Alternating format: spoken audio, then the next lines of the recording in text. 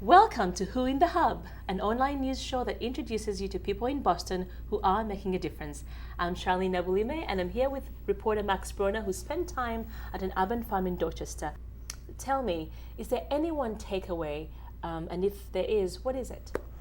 Yeah, I mean, I think there are some takeaways. The first one, I think, is I personally had no idea about this house.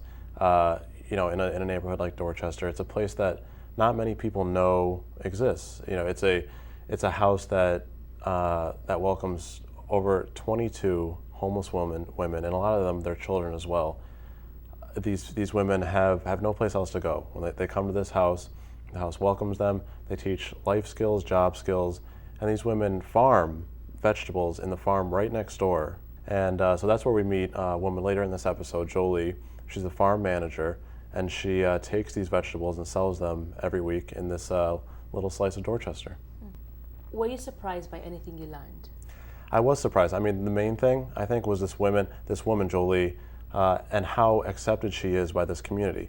I mean, to be perfectly blunt, she's a white woman going into a predominantly black neighborhood.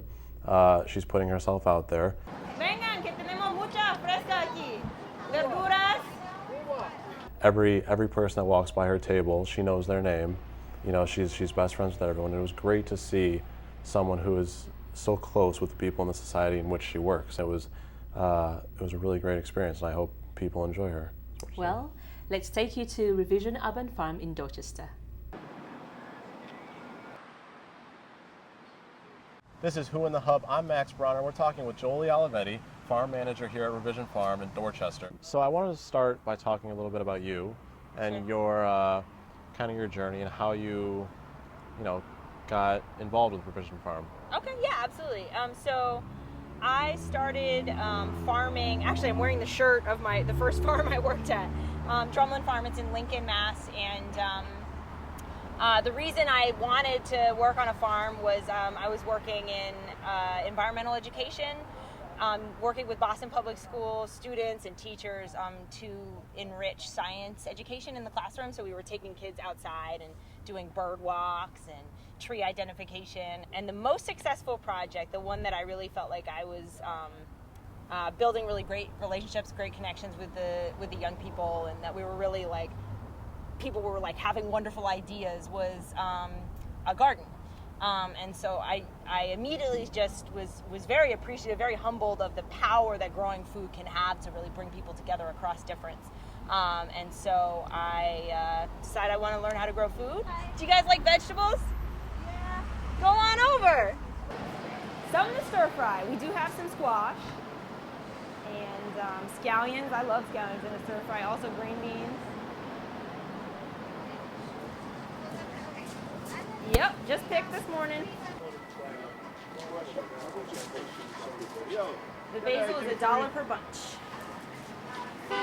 Pretty good deal on fresh basil, if you ask me. It's obviously, a tougher neighborhood. So I mean, when you first started, were you, what was the reception like? Were you immediately, was it comfortable? And yeah, I mean, that's a really deep question, right? So a tough neighborhood could mean a lot of things to a lot of different people. Right. So I'll say a little bit about what I know about Dorchester and this part of Boston, this specific neighborhood of Dorchester. Dorchester is huge.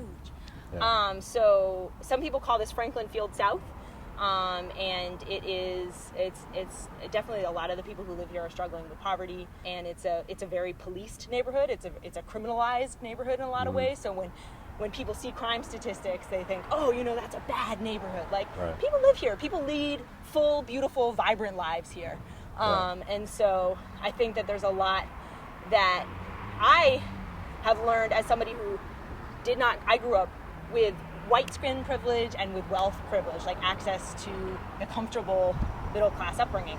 So this is an outsider status, right? Right. And so I've learned in the 5 years that I've been working here, I've learned so much about myself and how to understand what is privilege, what is power, what is oppression, how do people marginalize one another across difference, especially how do some people benefit at the expense of others. Right. And so I'm so grateful to the people of this neighborhood for welcoming me and teaching me these lessons, and I've had to learn how to face race, my privileges without guilt, because guilt doesn't do anything. It's not about like flogging myself, like, oh no, I've had so many opportunities.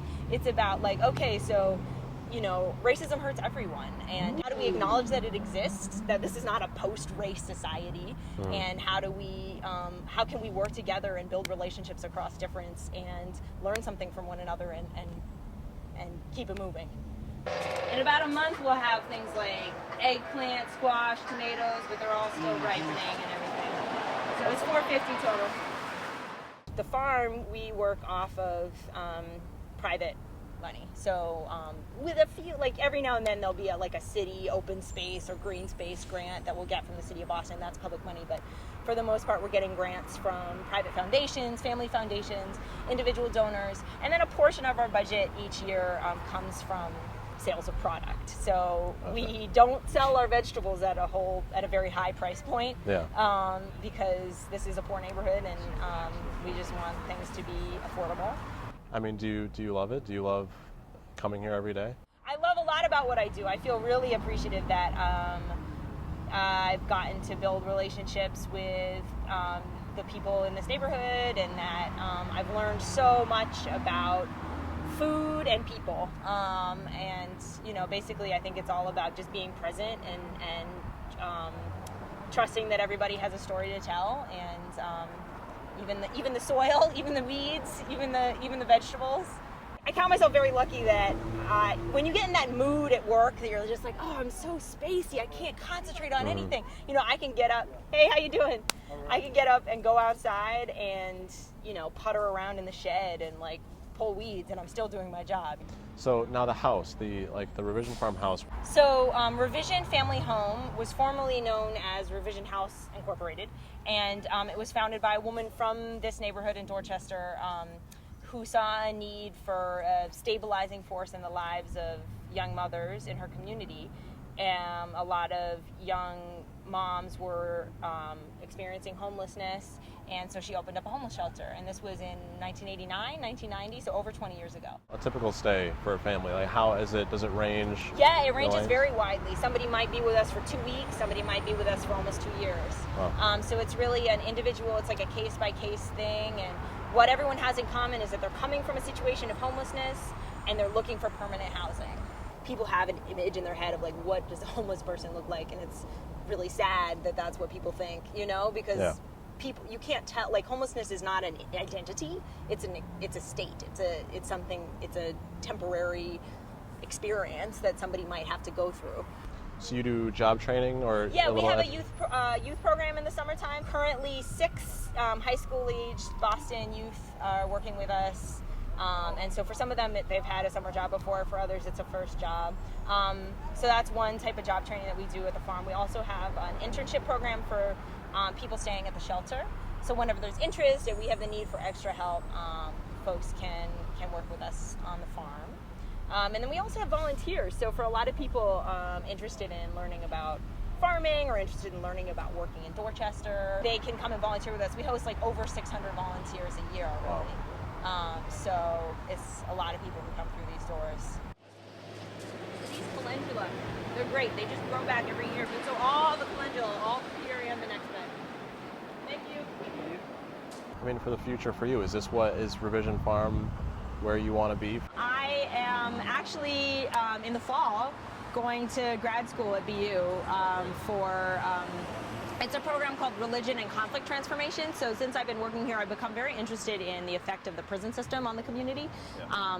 The United States has 5% of the world's population and 25% of the world's prisoners, right? So just think about that for a second. A quarter of the people imprisoned throughout the world are from the United States. And it's not because we have a quarter of the world's crime. It's because of a lot of things. And so I want to learn more deeply about what's going on with prisons, and I want to learn about alternatives to incarceration. So yeah, it's become really my passion since working here and just in my life over the last several years. So that's where I'm headed. I hope ReVision, carries forward growing food and working with people in the neighborhood for as long as it's useful. Come back as Saturday at like 1 o'clock. We got a lot of good deals on Saturday at 1 o'clock.